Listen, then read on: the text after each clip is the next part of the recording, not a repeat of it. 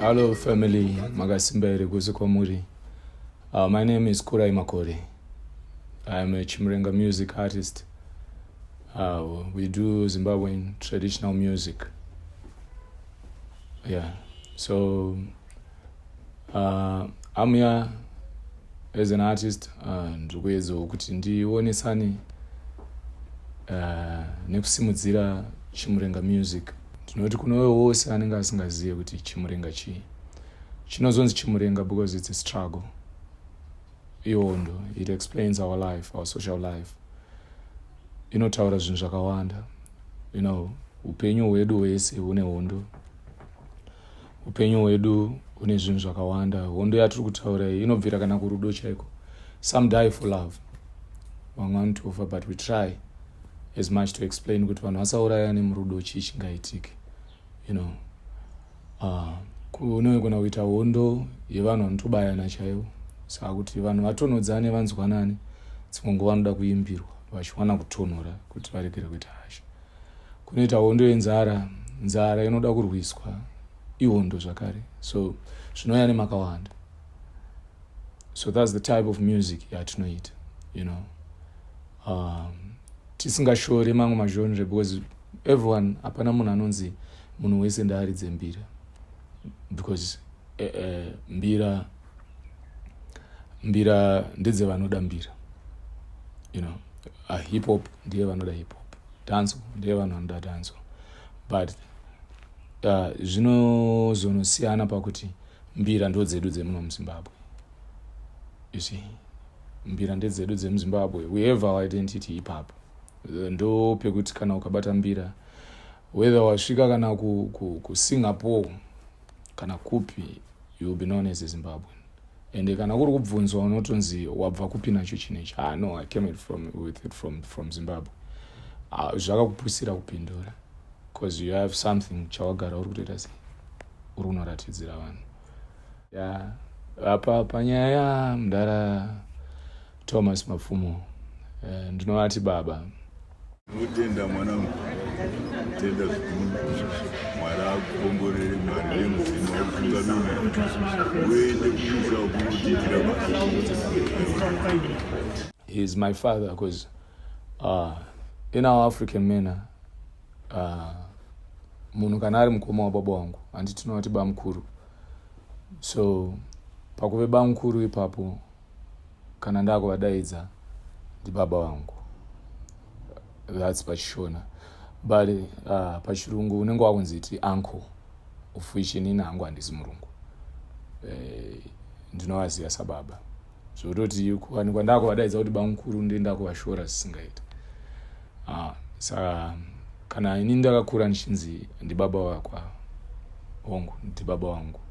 So zvemasenemu, I know so many people would say, ndimakore uyu, ndimapfumo, chichichi. Everyone knows zvinhu zvatinoziva tese isusu pakurarama kwedu vanhu vatema. Madzikuru edu aikura zvakasiyana. Waigona kunzi first name yasekuru vako ndo yasename yenyu. So ukatobvunza pabloodline redu isusu rekwana Makore racho, kuna naMandaza, kuna na Arampariwa, kuna vakawanda. Mamwe mazita ekutoti ari within ana Makore wavo, handiti. So kuve ndichinzi Makore hazvirevi kuti handisi mwana wamudara Thomas. Idifference yemasenemu chete. Hapana panengaite confidence dzekuya uzogara pamberi pevanhu ndichitaura kana kuda kupembedza kuti handiri mwana wamudara Thomas Mapfumo and stuff. Aiwa, zvinorakidzwa nemabasa. Mabasa atinenge tichiita. Dai ndaikundika, hakusi kuti ndiri kugona, asi ndiri kuzama kuita zvaitwa namudara. Of which nanhasi vachirongozvigona zvinhu zvavo zvavaita. So inini I take lessons. Ndo chokwadi. Inini ndaitowo rombo rakanaka rekuti vachiripo. So time yangu yekuti kana ndichitaura navo, ndine zvandinodzidza nepakuona zvavanenge vachiita. Ndinodzidza. Pane umwe kudzidza kwekunzi hanzi dzidza nekunzwa. Kwozoita kudzidza kwekuti unoona kuti apa vari kudai. Wobata kucontinue nebasa.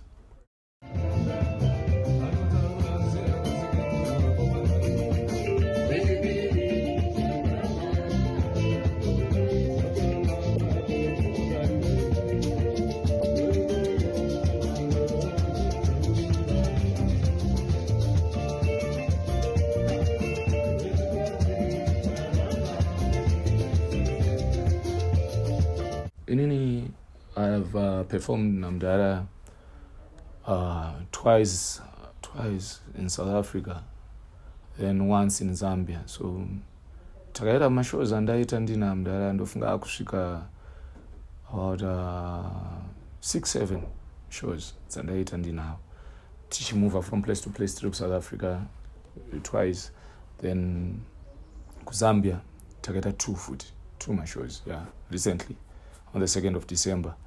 So pane zvese izvozvozvo, I still remember this show yavakanonoka kuya madays eCovid waya pandemic up.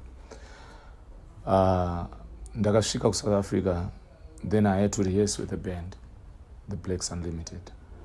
So we did a good rehearsal. Mdara vachizosvika the daily show.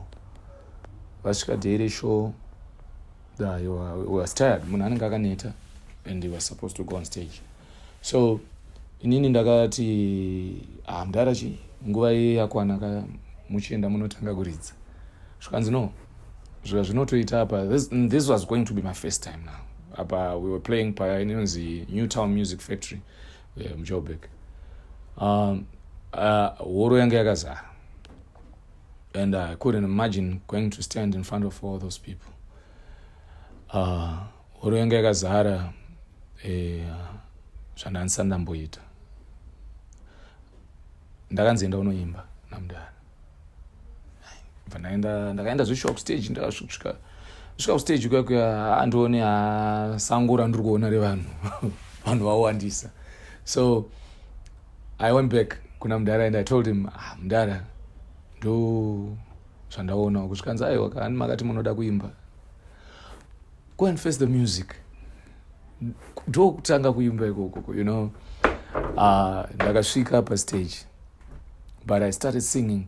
Ndiri kumashure uko cause ndaitya kuti ko ndikapotsa, ko ndika, you know, that fear ye-stage fright inonatsokukurova zvekuti kana newega unonatsoona kuti hapana paya hazvina kumira mumushe. So ndakazongokwira pastage ndichiimba, and my first song was Tongosienda, kanove kambo kamdara. I did it very nice. Ndakatoshamisika ndikuona vanhu vakutamba, ndikati pasina chekuita chekumirira.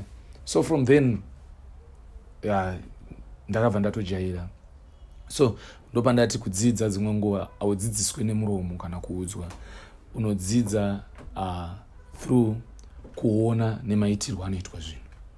So inini kazhinji ndadzidza nekuona nekunzwa.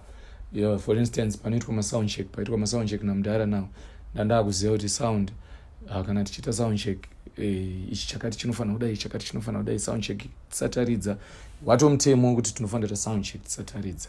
So zvese izvozvozvo it's part of Chimurenga music, because ukaregera kuita soundcheck haungosvika neusikubatidza magitari patype yemusic yatiri kuita. Inotoda kuti uite time yako, woita soundcheck, then you start and on.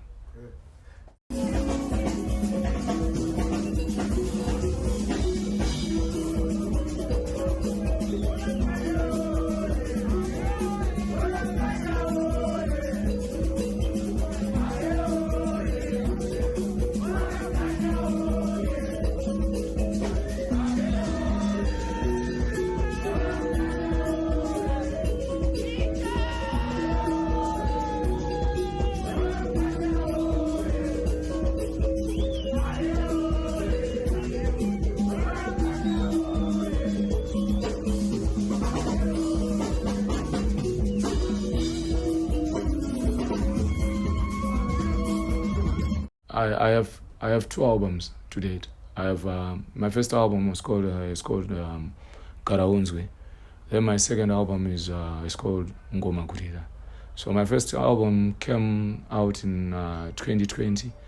Then the second one came out in 2022. Yeah, so tinayo music. Inotonzi Kurai. If you go on Spotify, my first album is on Spotify, iTunes, Deezer, Amazon, unayowana music here. Then SR2 my album, you can go on YouTube, unayowana aripo Ngoma Kurira and Garaunzwe. And music yedu Chimurenga but ukatonatsoiteerera dzimwe nguva unotonzwa kuti akarara kune dzimbwa opo dzamudhara mukanya. But as time goes, ndo paive patutaura as time goes by, chinhu chandakaudzwa namudhara kunzi you have to have an identity as well. Iwewe as Kurai Makore, you have to have an identity. Unofanira kuti zita rekuti Kurai Makore rigozikanwawo nemabasa ako. You see, aya ma-stepping stones awinawo. Tinokusiya uchiita music yedu, uchiita zvaunoita, anditi, but you have to create more music ichataura zita rako nguva dzese. Kozitowo vamwe vachaitawo semaitiro avo aita nemusic yavo, maitiro andiri kuita nemusic yavo aya, handiti ka. Kozitowo mumwe achauya achiteera generation achitoro kuti Kurai Makore achimuvha achienda kumberi. So that's identity. I'm being identified as Kurai Makore. Yeah. Kurai ndoti Mwari ndiye anoziva. I have ambitions asi Mwari ndiye anozadzisa. Zvizhinji ndingade kuti ndinosvikona because kuti ndisvike pandiri panapa, I've come a long way, and the way is painful. Road yacho inorwadza. So handaitombofunga kuti pamwe ndingasvike kwese kwandave kuno kwekuti pamwe ndingadaidzwe ma-interviews ekudai, but Mwari ndiye ane direction yangu, ndiye ari kuziva kuti chanichabata mangwana. Yes, I might wish kuti mangwana ndoda kuenda kuEngland, mangwana ndoda kuenda kuMexico, ndoda kuenda uko, but the decision lies nemunhu akatisika kuti for as long as ini ndichiitawo zvinhu zvakanaka, ndofanira kunge ndichiita zvinhu zvakanaka zvinotambirika kune vamwe, kushaya utsinye chimwe chezvinhu zvakanaka, nekugona basa randiri kuita chimwe chezvinhu zvakanaka zvinoita kuti ani naani wese anondoona angagona kundinzwira tsitsi kana kundibatsira kuti ndigone kuita zvandoda kuita. Ndinoda kuti to everyone, wherever you might be, Chimurenga music is alive. Chimurenga music iripo, and I as Kurai Makore am ready to save you the sound of Chimurenga, getting the assistance from my father, and ndisikuda kunyeba ndenchibatsiro, and batsiro yangu iri hard, but ndinobatsirwa zvine style futi. Saka ndinotozvifarira cause kuti ndisvike pandasvika izvezvi nemaitiro ese andiri kuita. Hapana zvizhinji zvandari ndaita, asi I say more is coming this year. Garai makagadzirira, I have mavideos ari kufanira kuitwa, a new music, but I'm going to